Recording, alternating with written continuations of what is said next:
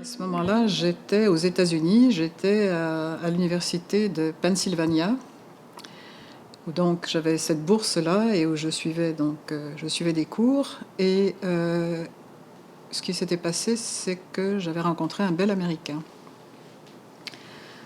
là. Et la bourse, bon, c'était la bourse Fulbright. Vous devez sortir du pays pour 2 ans après, une fois que vous l'avez. Enfin, c'est une condition d'attribution de cette bourse. Et pendant que j'étais là, je rédigeais d'ailleurs aussi ma thèse, je suivais des cours. Et j'étais sous la direction de Igor Kopitov. Et j'ai reçu un coup de téléphone de l'université Laval me demandant de venir pour un poste. Ils avaient reçu comme professeur invité mon directeur de thèse et puis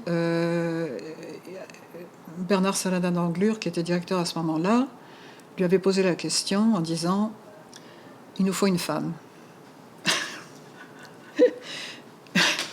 qui puisse, si possible, enseigner la parenté, et ce serait bien qu'elle ait une formation aussi du côté du milieu américain, anglophone, etc. » Donc j'ai eu un grand coup dans le dos grâce au féminisme. Enfin, il y a des choses intéressantes comme ça dans la vie, mais je veux dire, je n'avais même pas postulé qu'on me téléphone pour m'offrir ça. Bon. Alors, moi, je suis venue, évidemment, ça m'intéressait.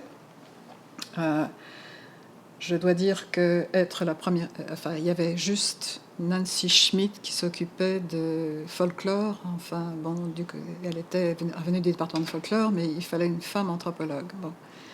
Et c'était moi.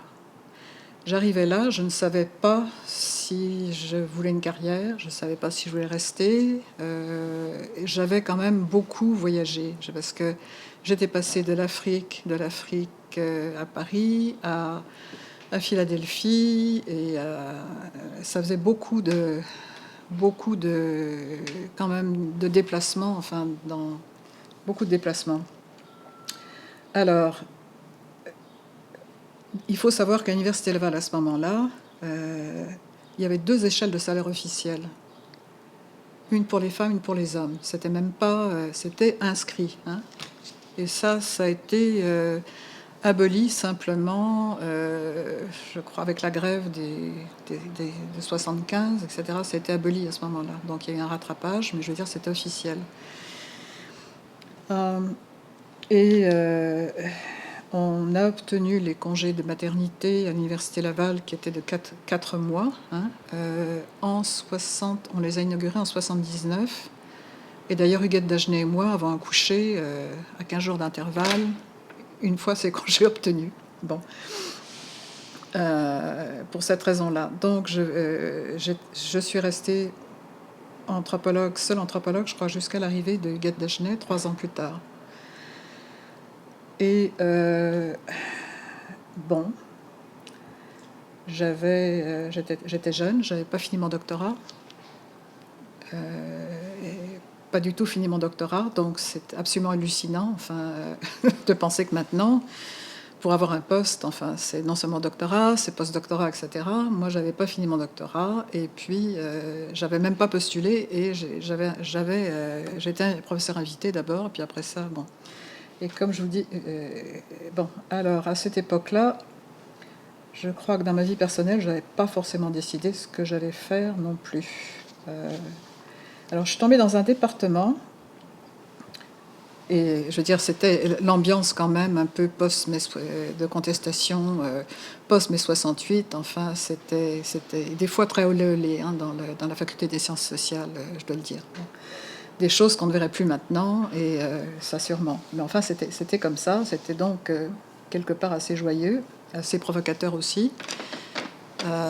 C'est ça, c'était ça, voilà.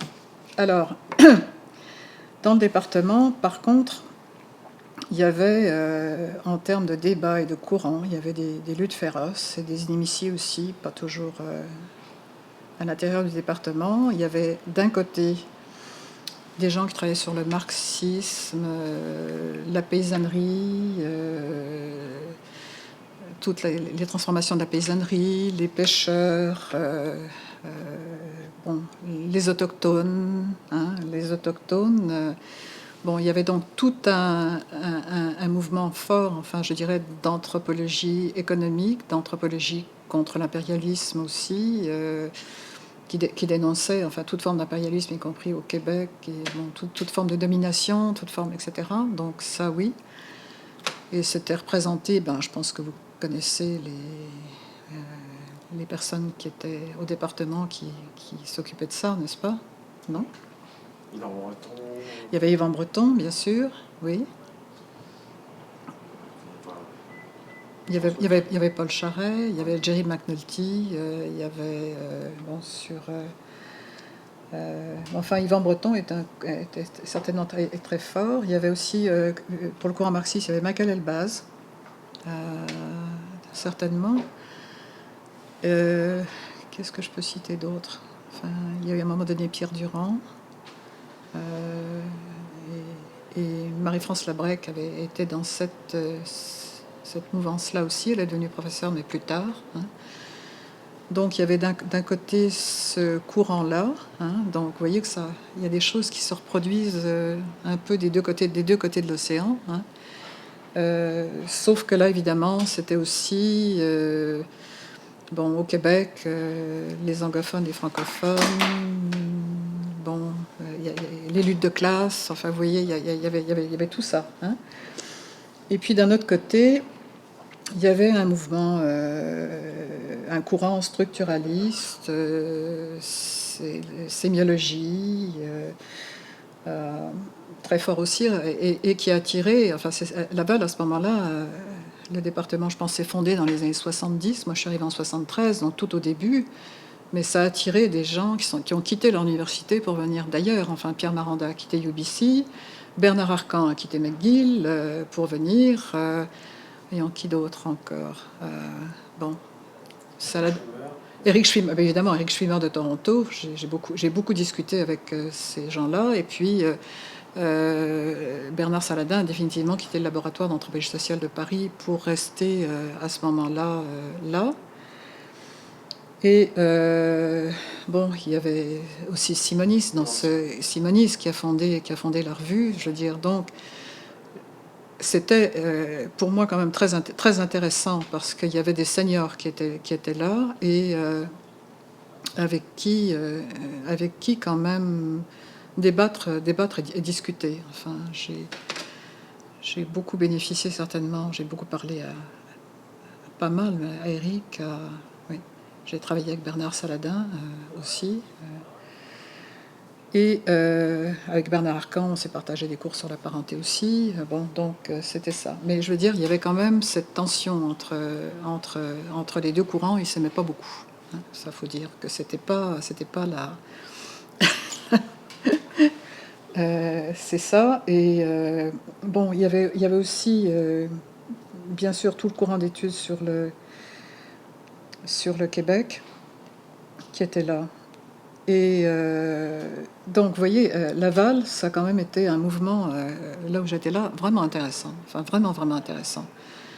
Et j'ai pas quitté l'université Laval à cause de... Je l'ai quitté pour des raisons strictement personnelles, enfin, parce que mon conjoint à famille était à Montréal, il était anglophone, donc etc. Bon, j'avais des enfants, c'était compliqué, mais je n'aurais pas quitté Laval à ce moment-là. Je trouvais que c'était assez intéressant comme département et assez mouvementé. Bon, assez mouvementé. Alors, j'ai enseigné des cours par exemple sur les rapports hommes-femmes. J'étais dans la même salle que Bernard, par exemple, Bernard Saladin. Alors les étudiants voyaient comment on débattait. Enfin, c'était intéressant. J'ai fait la même chose avec comment il s'appelait, un psychanalyste qui enseignait, qui était chargé de cours. Bon. En tout cas, il y avait des expérimentations aussi comme ça qui se faisaient, enfin qui se sont faites. Et j'enseignais évidemment la parenté. Et la parenté, c'est pas facile à enseigner. Hein. C'est pas facile à enseigner. Bon, donc j'enseignais la parenté, oui. Et j'ai enseigné donc sur le genre aussi. Voilà. Et puis j'ai dû enseigner, je me souviens plus ce que j'enseignais. D'autres cours aussi, mais ça c'était vraiment mes deux cours. Des cours de théorie, pardon, bien sûr, des cours de théorie aussi. Alors, en ce qui concerne, je disais qu'il y avait deux équipes comme ça.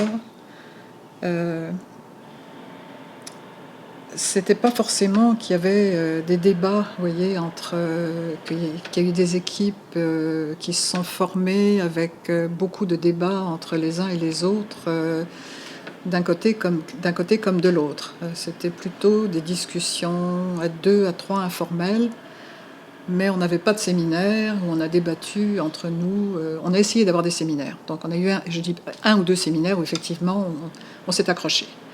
On s'est vraiment accroché, mais c'est, autrement dit, ces deux courants-là, c'était dans la politique du département et avec très très peu finalement de confrontation intellectuelle et de discussion, hein, quand même. Alors,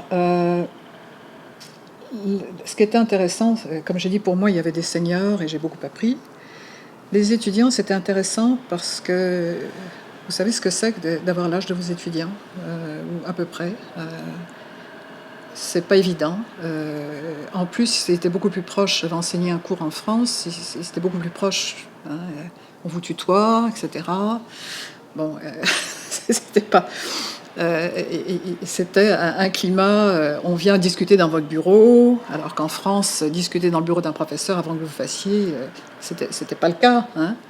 C'était pas le cas. Donc il y avait ce climat-là qui à la fois était sympathique et en même temps comment vous établissez votre autorité quand vous êtes une femme, quand vous êtes un jeune prof et que vous commencez, ça m'a...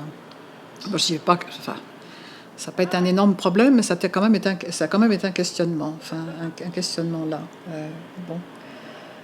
Et beaucoup d'étudiants venaient de milieux où ils n'avaient pas forcément eu beaucoup de livres dans les mains. Beaucoup venaient de la campagne. Bon, et même j'ai rencontré des étudiants qui n'avaient jamais possédé de livres avant de venir à l'université, hein, dans ces années-là. Alors ils rattrapaient sur le cours de 3 ans. C'était intéressant de voir les développements, des choses comme ça. Mais il y avait beaucoup qui venaient pas de l'élite, qui venaient de... et qui se sont formés, et qui venaient pas non plus des cours classiques où ils auraient une autre formation. Il y avait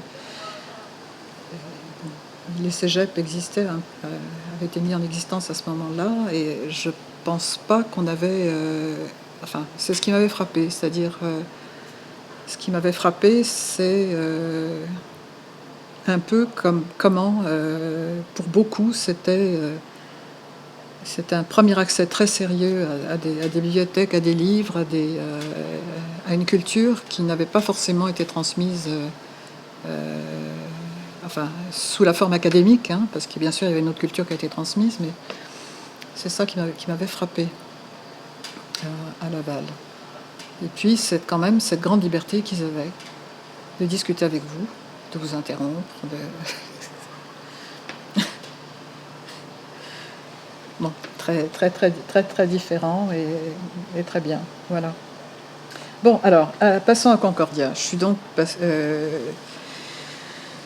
je suis donc allée à l'université Concordia parce que j'avais deux petits-enfants et que au niveau familial, ça devenait quand même une tension et que, bon, dans les discussions familiales, c'était entendu que je devais faire ma part aussi, qu'il avait fait sa part, venir des États-Unis après tout.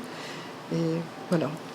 Et j'avoue que j'avais préféré rester au Québec parce que j'avais trouvé, après avoir été en Afrique, être à Philadelphie, la situation raciale à Philadelphie était épouvantable. Il y avait aussi, à l'époque où j'étudiais, il y avait des viols collectifs perpétrés justement par cette communauté-là. Donc on vous accompagnait, etc. Le soir, il y avait quand même ce débat-là qui était... Et je ne me voyais pas... il y avait des choses qui me choquaient beaucoup venant de France, comme par exemple, il n'y avait pas de système de santé accessible, gratuit pour tous. Et je ne me voyais pas élever des enfants dans un milieu où je devais les élever soit dans un ghetto un peu fermé, etc. Enfin, je trouvais que j'ai vraiment préféré le Québec et c'était plus comme ce que je voulais offrir comme milieu d'éducation à mes enfants, plutôt que le milieu que j'avais connu. Et comme je vous dis, le choc pour moi de Philadelphie après l'Afrique avait été très très grand, avait vraiment été très grand, parce que c'est... Bon. Voilà. Alors, Concordia, on était dans les années 80, là, les postes étaient rares. Ils commençaient à se faire rares, donc il n'y en avait pas 36. Et mes enfants étant petits, il fallait que je me rabatte sur Montréal rapidement. Donc, il y a eu un poste qui s'est ouvert à Concordia, et j'ai donc été prise pour ce poste-là. Alors là, qu'est-ce qui les intéressait je dois dire qu'il y avait... C'est un département de sociologie et anthropologie. Qui c'est qu'il y avait comme anthropologue? Il y avait, que vous connaissez, Dominique Legros, qui était là.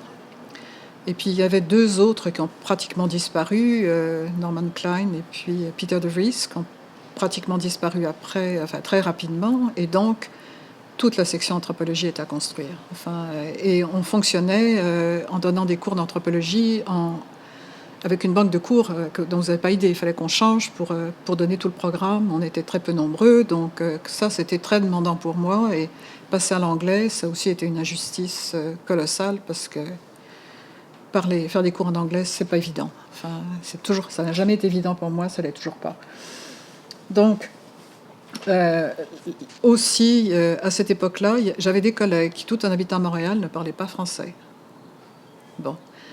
Et là, après avoir eu un avantage, parce que j'étais femme et que j'avais étudié en partie aux États-Unis pour Laval, là, ce qui les intéressait, c'est que je parlais français, et en même temps, je n'étais pas menaçante, puisque je n'étais pas une Québécoise. Donc, c'est pas un hasard s'ils ont engagé des Français, Dominique Legros, avant moi, etc. Bon. Et par contre, ils avaient besoin de nous pour communiquer avec l'extérieur. Quand vous étiez sur la Crépuc, les associations, etc., on vous demandait de parler un petit peu les deux langues. J'avais un avantage parce que je parlais français. Voilà. Donc là-dessus, ça m'a certainement donné une ouverture et des très beaux mandats grâce à ça. En même temps, c'était énormément de pression quand même. Et puis, il y a eu toute la pression de construire un département, d'engager des gens, de vous bagarrer pour des postes, de faire monter l'anthropologie. Et c'est un défi extrêmement intéressant.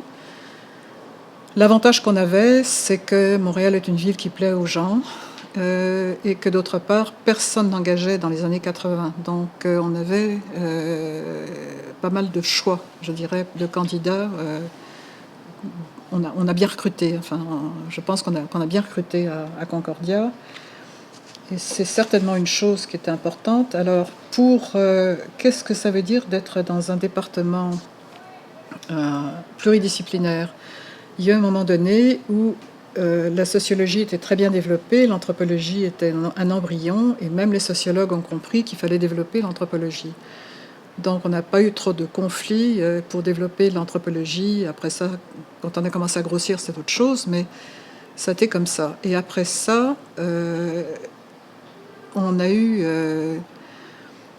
plus de cours qui ont été accessibles dans les deux programmes, c'est-à-dire la pluridisciplinarité. Une des raisons étant qu'on n'avait pas suffisamment de professeurs pour tout, et que donc on utilisait les compétences en fonction. Et à cette époque-là, je dois dire que les sociologues avaient plus de formation un peu anthropologique, que les anthropologues aussi travaillaient de façon plus pluridisciplinaire. Donc beaucoup de cours ont été, comme on disait, cross-listés, c'est-à-dire qu'ils pouvaient donner des diplômes dans les deux disciplines. Alors, le département à Concordia, ça a d'abord été un département, et c'est toujours le cas, sous-gradué, sous-gradué, c'est-à-dire quand je suis arrivée, il n'y avait pas de cours de programme de maîtrise en anthropologie. Donc non seulement il a fallu engager, mais il a fallu développer un programme de maîtrise qui s'est développé, et le programme de doctorat, c'est tout récent, et c'est un programme pluridisciplinaire qui s'est développé là. Donc, c'est ce que je peux dire. Je dois dire que maintenant, le français, beaucoup de gens parlent français. Il y a même eu des choses où on disait que tous les mercredis on parle français au département, et que la question linguistique n'est plus un problème, enfin, comme elle était quand je suis arrivée. Ça a vraiment énormément changé, enfin, en termes de climat. Et ma foi, il y a toujours un peu de tirage pour savoir où les postes vont aller, d'un côté ou de l'autre quand même. Enfin, je ne peux pas dire. Ça existe toujours. Ça existe toujours, ça, comme débat. Mais c'est un peu dans la mouvance de l'anthropologie aussi, de devenir un peu pluridisciplinaire. Donc on a fait quand même attention à prendre toujours du côté anthropologique des gens qui avaient une expérience ailleurs, parce que sachant très bien qu'on avait la composante sociologique aussi de l'autre côté, et c'est pas une chose qu'on aurait fait automatiquement si... je ne sais pas si ça se continue. Je suis pas sûre que ça se continue. Mais quand on a voulu monter l'anthropologie par rapport à la sociologie, on a dû arguer que c'était différent, que baser notre différence pour obtenir des postes sur ça. Et maintenant qu'au contraire, le mouvement, même en anthropologie, c'est d'être pluridisciplinaire. Donc c'est un autre mouvement. C'est un autre mouvement, mais comment est-ce que vous arrivez à justifier des postes, si vous ne justifiez pas de différence non plus? C'est ça la question. Et les étudiants à cette époque-là, par rapport à ceux de l'Université Laval? Alors, Concordia, ils ont des programmes à temps partiel aussi. Donc, on avait pas mal d'étudiants qui travaillaient. On était au centre-ville et qui suivaient des cours du soir ou des cours autrement. Enfin, il y a une clientèle à temps partiel importante. Au fur et à mesure des années, enfin, c'est des gens qui viennent de partout. De partout. Et littéralement, des gens, beaucoup de gens en processus de migration. Parce que, par exemple, McGill n'acceptait pas des étudiants en temps partiel. Il faut comprendre ça. Donc, vous voulez étudier en anglais, où est-ce que vous allez? Vous allez à Concordia. Si vous devez travailler, si vous devez le moindrement travailler, etc., c'est à Concordia que vous êtes. Donc, ça donne quelque chose où Concordia, certainement, est très, très, très ouvert, enfin, sur tout ça, sur la différence, sur cette différence. Nous, comme professeurs, c'est compliqué. Vous avez des gens qui arrivent d'université, vous ne savez pas très bien qu'est-ce que vaut leur diplôme, qu'est-ce qu'ils ont fait. Bon, de toute façon, on les prend, puis on regarde. On regarde comment ça se passe et comment ils s'ajustent. Ça, c'était quand même un défi. Mais j'avoue qu'il y avait à boire et à manger, mais très intéressant comme cohorte et comme esprit politique, comme aussi comme ouverture sociale. Très intéressant, très intéressant. Donc j'ai beaucoup aimé avoir ce contact-là avec ces étudiants-là. Plus récemment, on a beaucoup de Français, parce qu'ils veulent apprendre l'anglais à Montréal quand ils viennent et qui parlent un peu anglais. Et on a eu beaucoup qui sont venus, beaucoup de Français aussi qui sont venus ici, parce que, bon, Concordia, voilà. Et par contre, À Concordia, à cause de cette diversité-là, le cours d'introduction à l'anthropologie, c'est le plus populaire de toute l'université. Donc on a eu un problème parce qu'on n'avait pas assez de monde. Hein. Et puis les cours, enfin surtout que quand vous enseignez en anglais, vous avez des séries télévisées très bien faites, etc. Enfin c'est des cours dans des amphithéâtres qui passionnent les gens. Et on est arrivé avec 13 cours d'introduction par année parce que chaque cours était rempli avec la taille de l'amphithéâtre. 250 personnes, 250 personnes, 100 personnes, 100 personnes. Donc, on a développé le cours télévisé pour essayer d'avoir un peu moins de monde. Et j'avoue que ça nous a amené une autre clientèle, mais ça n'a pas forcément diminué. Comme je dis, c'est encore maintenant, je crois, le cours électif le plus populaire de toute l'université. C'est à vérifier avec Christine Jourdan, ce que je vous dis là. Mais c'était certainement le cas il y a 4 ans, 5 ans, sûrement, c'était le cas. Voilà. Donc, c'est quand même intéressant. Et je crois que c'est dû à la clientèle et au climat. Voilà.